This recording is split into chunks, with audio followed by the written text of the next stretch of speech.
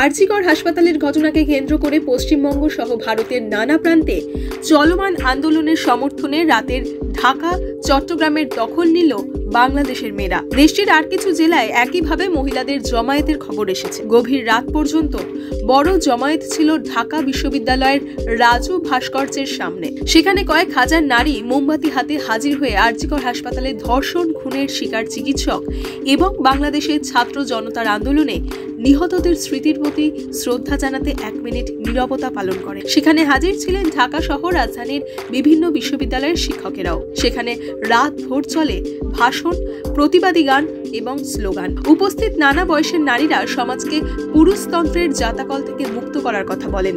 এপারের মতো ওপারেও মহিলাদের আন্দোলনে হাজির ছিলেন বহু পুরুষ। উপস্থিত ছিলেন অন্তর্বর্তীকালীন সরকারের উপদেষ্টা শারমিন এস মোরশেদ। চট্টগ্রাম শহরের বিপ্লব উদ্যানের সমাবেশে বড় ব্যানারে লেখা ছিল মেইফুয়া অক্কল রাইত দখল করো, অর্থাৎ মেয়েরা রাত দখল করো। চট্টগ্রামের জমায়েতে বাংলাদেশে ধর্ষণ খুনের শিকার হওয়া নারীদের স্মরণ করা হয়। চট্টগ্রাম বিশ্ববিদ্যালয়ের শিক্ষার্থী ফারহানা আয়ুষী এবং অর্ণব মিত্র বলেন, আবার প্রমাণ হলো এই উপমহাদেশে কোথাও মেয়েরা নিরাপদ নন। বিশ্ববিদ্যালয়ের 4র্থ বর্ষের ছাত্রী নুজহাত তাবাসুম বলেন, আমরা রাতেও নিরাপদে চলাফেরা করতে চাই, গণপরিবহন ব্যবহার করতে চাই, সরকারকে সেটা নিশ্চিত করতে হবে। রাত দখলের আন্দোলন হয় জাহাঙ্গীরনগর বিশ্ববিদ্যালয় এবং বাংলাদেশের বেশ কিছু বেসরকারি বিশ্ববিদ্যালয়।